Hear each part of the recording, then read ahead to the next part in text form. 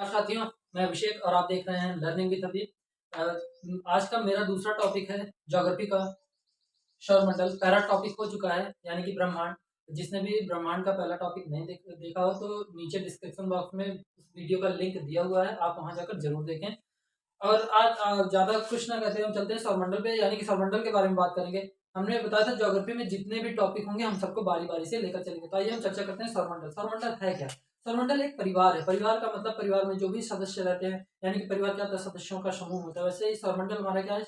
एक ग्रह और उपग्रहों का क्या है? समूह है। यानी कि जितने सूर्य, ग्रह, उपग्रह आदि इन सभी को मिलाकर एक परिवार बना है, और इसी परिवार को क्या बोलते हैं? सौरमंडल बोलते हैं। सौरमंडल की बात करें अर्थात इसके अगर उत्पत्ति की बात करें, इसके निर्माण की बात करें, तो कहा जाता है कि जो सौरमंडल का निर्माण हुआ है वो लगभग 4.53 से लगभग 4.58 बिलियन वर्ष पूर्व हुआ।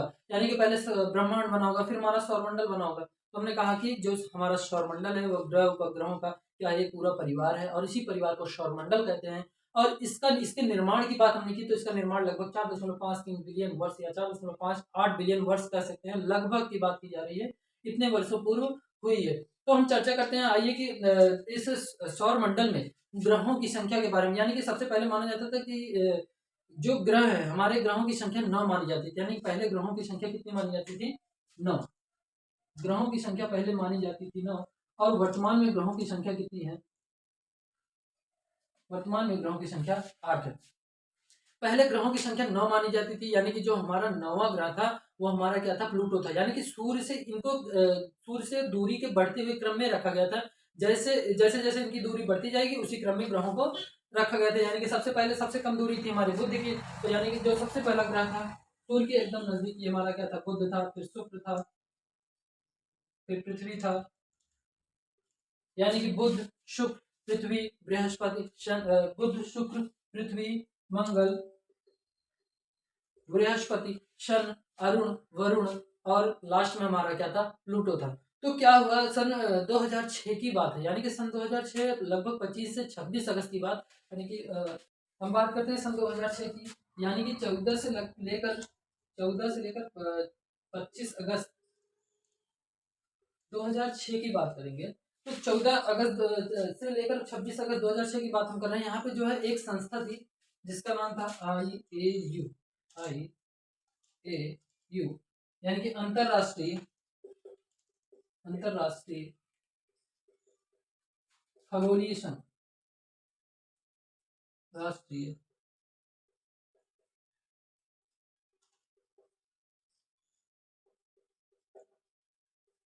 या आप कह सकते हैं इंटरनेशनल इंटर एस्ट्रोनॉमिकल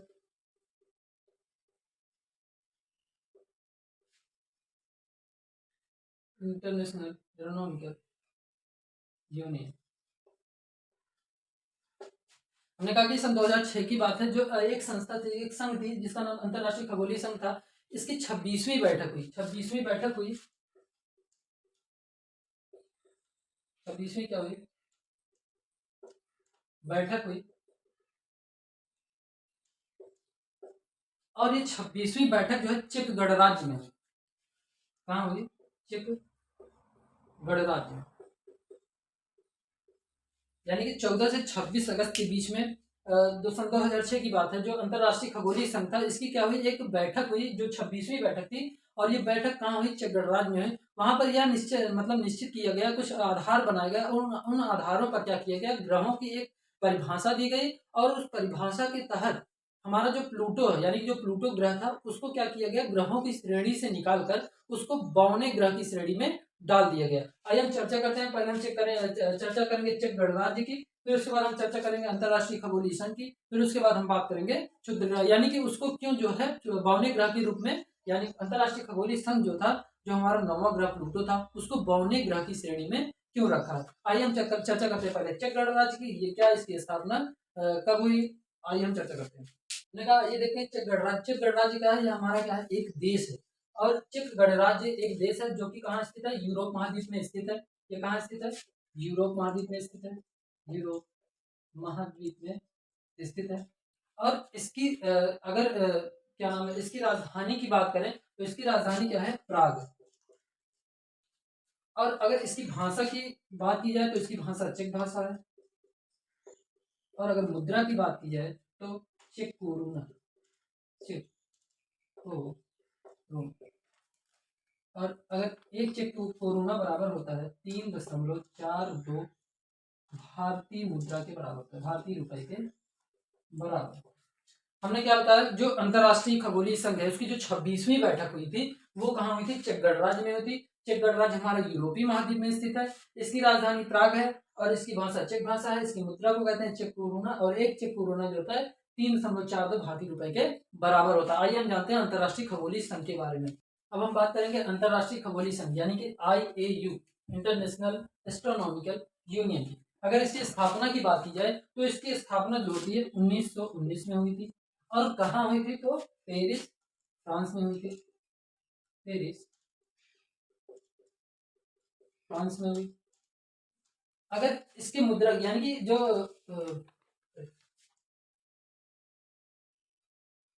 तो जो अंतरराष्ट्रीय यानी कि अंतरराष्ट्रीय खगोलीय संघ है, अगर इसकी स्थापना की बात की जाए तो इसकी स्थापना 1919 में हुई थी। और कहाँ हुई थी, पेरिस फ्रांस में हुई थी। तो हम यहाँ पे देख लेते हैं फ्रांस की स्थिति, यानी कि हमारा जो फ्रांस है वो कहाँ स्थित है। फ्रांस हमारा एक देश है और इसकी राजधानी क्या है, पेरिस है। यानी कि फ्रांस की राजधानी पेरिस है। और हमारा फ्रांस कहाँ स्थित है, ये पश्चिमी महाद्वीप यूरोप महाद्वीप में स्थित है। पश्चिमी यूरोप महाद्वीप में स्थित है। अगर बात की जाए इसकी मुद्रा की तो फ्रांस की मुद्रा जो है वो यूरो है। और अगर एक यूरो की बात की जाए तो एक यूरो जो होता है ये 84.63 भारतीय रुपए के बराबर होता है। हमने कहा कि अंतरराष्ट्रीय खगोलीय संघ इसकी स्थापना 1919 में हुई थी। कहाँ पे हुई थी, तो ये हुई थी पेरिस फ्रांस में। यानी कि फ्रांस क्या है, हमारा एक देश है जो कि पश्चिमी यूरोप महाद्वीप में स्थित है। इसकी राजधानी पेरिस है और इसकी मुद्रा क्या है, यूरो है। और एक यूरो जो है 84.63 भारतीय रुपए के बराबर होती है। तो हम चर्चा करेंगे अंतरराष्ट्रीय खगोलीय संघ की, आखिर है ये है क्या और ये किसकी चर्चा करता है। यानी अंतरराष्ट्रीय खगोलीय संघ ये मतलब उन बातों को दिखाता है कि जो भी ब्रह्मांड में जो भी चीजें होती, जो नई घटनाएं होंगी या जिन ब्रह्मांड में जिन चीजों का नया नाम रखना होगा, कोई भी उसमें संतुलन करना होगा, कुछ भी करना हो, कोई भी परिवर्तन करना होगा, तो अंतरराष्ट्रीय खगोलीय संघ पहले आता है। यानी कि जो भी ये नाम रख देगा, किसी भी चीज का अगर ये नाम रख रहा है तो वो अंतरराष्ट्रीय स्थिति पर वो मान्य होगा। यानी कि जो अंतरराष्ट्रीय खगोलीय संघ है, यानी कि जितने भी ब्रह्मांड में जितनी भी चीजें होती हैं उन सब चीजों पर ये क्या करता है, रिसर्च करता रहता है, नई नई चीजों को देखता रहता है, उनमें क्या परिवर्तन करना है, क्या नहीं परिवर्तन करना है, इन सब चीजों का ध्यान रखता है अंतरराष्ट्रीय खगोलीय संघ। तो इसने क्या डिसाइड किया, इसने कहा कि जो हमारा नौवां ग्रह है, नौवां ग्रह यानी कि प्लूटो जो है, इसने कहा कि ये ग्रह नहीं है, इसको हम क्या करेंगे, इसको हम ग्रह की श्रेणी से हटाकर बौने ग्रह की श्रेणी में रख देंगे। आखिर इस संघ ने प्लूटो को बौने ग्रह की श्रेणी में क्यों रखा, इन्होंने कुछ कंडीशन बताई, उस कंडीशन को जो है प्लूटो ग्रह फॉलो नहीं कर रहा था। इसीलिए क्या किया इन लोगों ने, उसको इस ग्रह से यानी कि इसको ग्रहों की श्रेणी से निकालकर बौने ग्रह की श्रेणी में डाल दिया। आइए देखते हैं कौन कौन से कंडीशन, उन तीनों कंडीशनों को हम जान लेते हैं। हमने बात की कि जो अंतरराष्ट्रीय खगोलीय संघ है वो किन आधारों को लेकर, यानी कि जो हमारा प्लूटो ग्रह था इनको ग्रहों की श्रेणी से निकालकर क्या कर दिया, बौने ग्रह की श्रेणी में डाल दिए। तो जैसे जान लीजिए हमारा सूर्य है, ये क्या है, और उनसे दूरी के बढ़ते हुए क्रम में हमारे सारे ग्रह हैं। ये बुध हो गया, शुक्र हो गया, पृथ्वी हो गया, मंगल हो गया। ये क्या है, हमारा क्षुद्र ग्रह पट्टी, एस्टेरॉइड बेल्ट जिसको बोलते हैं। यानी कि क्षुद्र ग्रह पट्टी होता क्या है, ये ग्रह के समान तो होते हैं, यानी कि छोटे छोटे ग्रह होते हैं। जैसे जैसे ग्रह हमारे सूर्य के चारों तरफ चक्कर लगाते हैं, वैसे क्या होती है, एस्टेरॉइड की पट्टी होती है, इसमें भी ये ग्रहों से छोटे होते हैं, लेकिन ये लोग भी क्या करते हैं, सूर्य की परिक्रमा करते रहते हैं। फिर हमारे ये मंगल ग्रह और बृहस्पति ग्रह के बीच में एक पट्टी पाई जाती है जिसको हम क्षुद्र ग्रह पट्टी बोलते हैं। और उसके बाद शनि, फिर अरुण, फिर वरुण, फिर हमारा क्या था, प्लूटो था। तो उन्होंने कहा कि मतलब ग्रहों की एक परिभाषा निश्चित की, कहा कि ग्रह वही कहलाएंगे जो क्या क्या होंगे। एक तो पहली बार क्या करना चाहिए, सूर्य की परिक्रमा करना चाहिए। तो यानी कि ये जो है क्या करते थे, सूर्य की परिक्रमा करते भी थे। ठीक है, एक तो पहला यानी कि जो पहली परिभाषा थी उस पर क्या किए ये लोग, तो ठीक है। दूसरी परिभाषा इसकी क्या थी कि जो है जो ग्रह होने चाहिए वे अपने कक्षा में स्थित होने चाहिए। ये अपने कक्षा में भी स्थित थे। लेकिन तीसरी परिभाषा जो थी वो इसको ये फॉलो नहीं करते थे। ये क्या करते थे कि अपने ऑर्बिट में ना रहकर ये दूसरे के ऑर्बिट में जाके घूमने लगते थे। यानी कि जब सूर्य की परिक्रमा करते थे तो कभी कभी इनके ऑर्बिट में आ जाते थे, कभी कभी इनके ऑर्बिट में आ जाते, यानी कि सबको डिस्टर्ब करने लगते थे। तो डिस्टर्ब करने के कारण इन सब ने क्या किया, यानी कि इस संघ ने क्या किया कि इसको यहाँ से उठा के दूसरी श्रेणी में डाल दिया। इन्होंने कहा कि ये सबको डिस्टर्ब कर रहे हैं, इसलिए हम इनको यहाँ से उठा के दूसरी श्रेणी में डाल देते हैं। तो ये जो प्लूटो है ये क्या करता था, ये अपने जब सूर्य की परिक्रमा करता था तो अपनी अपनी ऑर्बिट में ना रहकर ये जो पास वाले ग्रह हैं इनकी ऑर्बिट में चला जाता था, इनकी ऑर्बिट में जा जाकर यानी कि सबको काट देता था।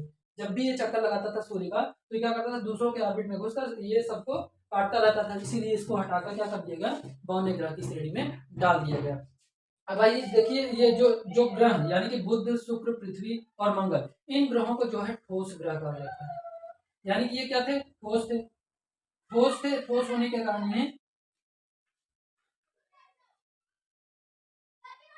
आर्थिक ग्रह कहा गया। और ये बृहस्पति, शनि, अरुण, वरुण ये सब क्या थे, गैसीय थे। ये सब गैसीय थे, इसलिए इनको गैसीय ग्रह कहा गया। गैसीय, इन्हें जो ठोस ग्रह थे इन्हें पार्थिव ग्रह कहा गया, और ये गैसीय होने के कारण इनको क्या कहा गया, गैसीय ग्रह कहा गया। इन्हें जोवियन ग्रह भी कहते थे, इन्हें जोवियन ग्रह भी कहते थे। और जोवियन ग्रह का अर्थ होता है कि पृथ्वी के सॉरी बृहस्पति के समान। जैसा कि बृहस्पति हमारा क्या है, सबसे बड़ा ग्रह है, इसलिए जोवियन का अर्थ क्या हुआ, यानी कि बृहस्पति के समान। यानी कि जितने भी ग्रह थे वो सब क्या थे, लगभग बृहस्पति के समान थे, इसलिए उनको जोवियन ग्रह भी किस ग्रह की भी श्रेणी दी गई। तो हम बात करेंगे ग्रहों की, यानी कि जो हमारा बुध था ये हमारे सूर्य के क्या था, सबसे नजदीक था और सबसे जल्दी परिक्रमा करता था। और यहीं पे देखा जाए सबसे दूर का जो ग्रह हमारा वरुण है, और ये क्या करता था, दूर होने के कारण ये सबसे दूरी यानी कि सबसे ज्यादा दूर था, और दूर होने के कारण ये जो सूर्य की परिक्रमा करता था उस परिक्रमा को करने में लगभग इसको 165 वर्ष लग जाते थे। यानी कि 165 वर्षों में क्या करता था, ये सूर्य की परिक्रमा करता था। फिर हम बात करेंगे यानी कि ग्रहों की ये सबसे छोटा ग्रह माना जाता था, और हमारा बृहस्पति क्या है, सबसे बड़ा ग्रह है। अगर हम घनत्व की बात करें तो सबसे ज्यादा जो घनत्व है वो हमारे किसकी है, हमने कहा कि जो सबसे छोटा ग्रह होगा, सबसे छोटा ग्रह बुध होगा। सबसे बड़े ग्रह की बात की जाए ये हमारा बृहस्पति होगा। हमने कहा कि घनत्व की बात की जाए तो सबसे ज्यादा ज्यादा डेंसिटी किसकी थी, पृथ्वी की थी, यानी कि सबसे ज्यादा घनत्व पृथ्वी। और आइए हम आगे चर्चा करते हैं कि जो हमारा सूर्य यानी कि जो ब्रह्मांड है, ब्रह्मांड में जो सूर्य है उसके केंद्र में स्थित है, इसका सिद्धांत किसने दिया, आइए उसके बारे में हम चर्चा करते हैं। हमने चर्चा की, हमने कहा कि एक पोलैंड का निवासी था जिसका नाम था निकोलस कॉपरनिकस। उसने क्या की 1514 में एक किताब की रचना की। उस एक किताब में जिसका नाम था लिटिल कॉमेंट्री, लिटिल कॉमेंट्री। एक किताब में इसने सिद्धांत दिया, इस सिद्धांत में कहा कि जो सूर्य है वो सूर्य ब्रह्मांड के केंद्र में स्थित है, और जो पृथ्वी है उस सूर्य का चक्कर लगाती है। यानी कि जो निकोलस कॉपरनिकस ये पोलैंड के रहने वाले हैं, इन्होंने 1514 में एक किताब लिखी। किताब में उस किताब का नाम था लिटिल कॉमेंट्री, और उसमें एक सिद्धांत दिया। उस सिद्धांत में बताया कि जो सूर्य है, सूर्य क्या करता है, वो ब्रह्मांड के केंद्र में स्थित है, और जो हमारी पृथ्वी है वो सूर्य का चक्कर लगाती है। लेकिन इसके लगभग जो हमारे भारतीय खगोलविद थे, जो भारतीय खगोलविद वराह जो वराहमिहिर जी थे, इन्होंने क्या किया, 1000 वर्ष पूर्व यानी कि छठी सदी में क्या किया इन्होंने, 1000 वर्ष पूर्व ही इन्होंने बता दिया कि जो चंद्रमा है वो पृथ्वी की परिक्रमा करता है, और जो पृथ्वी है वो क्या करता है, सूर्य की परिक्रमा करता है। तो हमने कहा कि जो पोलैंड का निवासी निकोलस कॉपरनिकस था, इसने 1514 में एक किताब लिखी। उस किताब का नाम था लिटिल कॉमेंट्री। उसमें एक सिद्धांत दिया। उस सिद्धांत में बताया कि सूर्य क्या है, ब्रह्मांड के केंद्र में स्थित है, और पृथ्वी उसकी क्या करती है, परिक्रमा लगाती है। लेकिन जो हमारे वाराणसी जो भारतीय खगोलविद है, उन्होंने 1000 वर्ष पूर्व ही बता दिया था कि जो चंद्रमा है वो पृथ्वी की परिक्रमा करता है, और पृथ्वी जो है हमारे सूर्य की परिक्रमा करती है। तो हम आज बात करेंगे पोलैंड की। तो पोलैंड जो है हमारा मध्य यूरोप में स्थित है, मध्य यूरोप में स्थित है। और इसकी राजधानी की अगर बात करेंगे तो इसकी राजधानी क्या है, वर्षा है, वर्षा। और अगर इसके मुद्रा की बात की जाए तो इसकी मुद्रा क्या है,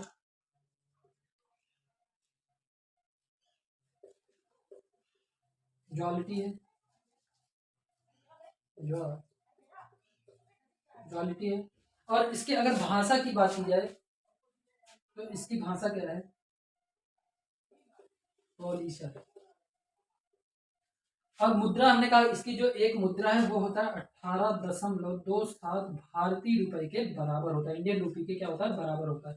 तो हमने चर्चा कर ली, हमने कहा कि जो निकोलस कॉपरनिकस था ये पोलैंड का रहने वाला था। इसने क्या किया, एक किताब लिखी जिसका नाम था लिटिल कॉमेंट्री। उस किताब में एक सिद्धांत दिया, उस सिद्धांत में कहा कि जो सूर्य है वो ब्रह्मांड के केंद्र में स्थित है और पृथ्वी उसकी परिक्रमा करता है। लेकिन उसके लगभग 1000 वर्ष पूर्व यानी जो हमारे भारतीय खगोलविद थे बराहमीर जी, इन्होंने बताया कि चंद्रमा क्या करती है, सूर्य चंद्रमा पृथ्वी की परिक्रमा करती है और पृथ्वी क्या करता है, सूर्य की परिक्रमा करता है। तो हमने पोलैंड की बात की, पोलैंड मध्य यूरोप में स्थित है।